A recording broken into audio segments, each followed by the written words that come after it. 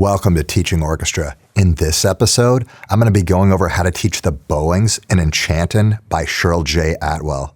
If you've watched my last video, the overview, I went over my lofty goals for how I want to use Enchanten as a teaching tool in my classroom to get them to understand how subtle changes in the way they perform the music can lead to a different interpretation by the audience. Most of these techniques are going to be performed with the bow. In my classroom, we cannot develop bad habits with our bowings. It will absolutely ruin what you're trying to accomplish. Every waltz, every landler, every triple meter dance contains the half note, and quarter note, half note bowing asymmetries. And those are hard to pull off. So on day one, before I even pass out the parts, I need to make sure that my students know how to bow these rhythms without accenting the quarter notes. Think of it like a magic trick with the sleight of hand. A good magician will divert your attention in order to create an illusion. Well, what if the magician did the opposite?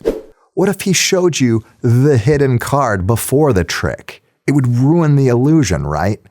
And that's exactly what's going to happen here in Enchanten if we let our students accent the quarter notes in those rhythms, because it destroys the phrases that we're trying to create, which help to tell the story, to create the illusion. I have a teaching companion for Enchanten available on teachingorchestra.com, but you can also just do this stuff by rote. You don't need to buy it. It's not necessary. But there are 3 rhythms in here that we need to work out until my students can do this fluidly and naturally to where they don't even have to think about it and it becomes second nature. And here they are. We have rhythm 1, which is the quarter note first, then the half note. We have rhythm 2, which is the half note, then the quarter note. This one's a little trickier because the up bows tend to be accented as they recover. And then rhythm number 3 is the most difficult because it's a 5-to-1 ratio with this up bow recovery instead of just a 2-to-1 ratio like we have in rhythm number 2. Students are going to need to manage their bow weight and the amount of bow hair they use to be able to pull this off and keep the volume the same on each note, not getting louder on the up bow. I want to spend a lot of time on these bowings and make sure my students are comfortable, because if we look on the very first page of the score, cellos and bass players have that 5-to-1 ratio right here on the first measure of a phrase. And we don't want to mess up this phrase, do we? Now, in the teaching companion, I asked the students to keep the volume the same on both notes, which is a good starting place, but that's not the end goal, right? In context, these dynamics are not going to be the same because dynamic change is part of the illusion that we are creating to tell the story. Let's look at measure 9 again. Measure 9's a 4-bar phrase, right? Are all of these phrases in Enchanten 4-bar phrases? Almost. We have a 2-measure linking phrase at measure 49, a 3-bar linking phrase from 95 to 97, and this new phrase actually starts in 98. Don't let the rehearsal marker fool you. This is still part of this phrase. And then the mysterious final 2 measures. Also 2 measures, not our 4-bar phrase. What creates a phrase? The academic answer is a harmonic progression that leads to a cadence. However, Enchanten uses language outside of the common practice era, so there's even more importance on how we stylize these phrases with the bow. To get back to my previous question, do we want to keep the dynamics even across these 4-bar phrases? No.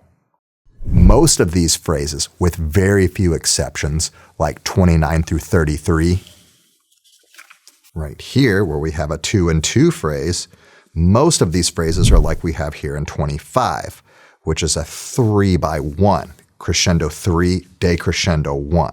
And what would happen if we smashed these quarter notes here in 26 and 27?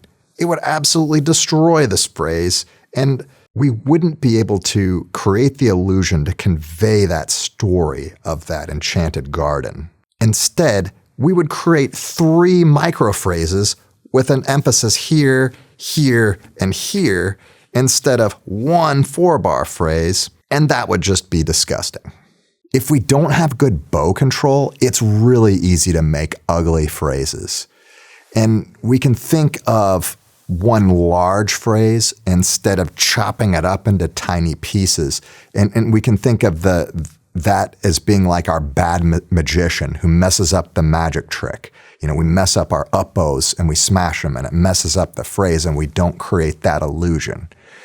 And if I can't get my students to play these bowings evenly, I'm not going to be able to get them to create dynamic phrasing because the expressive phrasing is a compound skill. It first requires the fundamental technique that's given in the teaching companion. If I can't get my students to do these rhythm exercises, then I've failed at the musical level.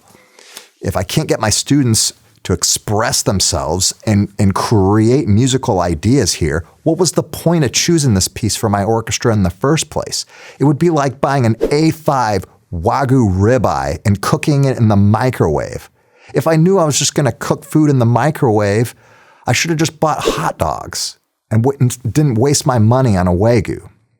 Another important technique is that my students need to acquire clean string crossings. For Enchanten, do my students need to cross strings leading with the elbow or leading with the wrist? Yes, both. Do my students understand which technique is appropriate and when? In the teaching companion, I separate out the quarter note string crossings from the eighth note string crossings. Here, the students will learn how to cross strings leading with the elbow, and then they do it again in eighth notes under the slur to learn how to lead with the wrist. If we can do those 2 things, we'll be like 90% of the way there conceptually. Which one are my students likely to have more trouble with, leading with the elbow or leading with the wrist? Probably the eighth notes leading with the wrist.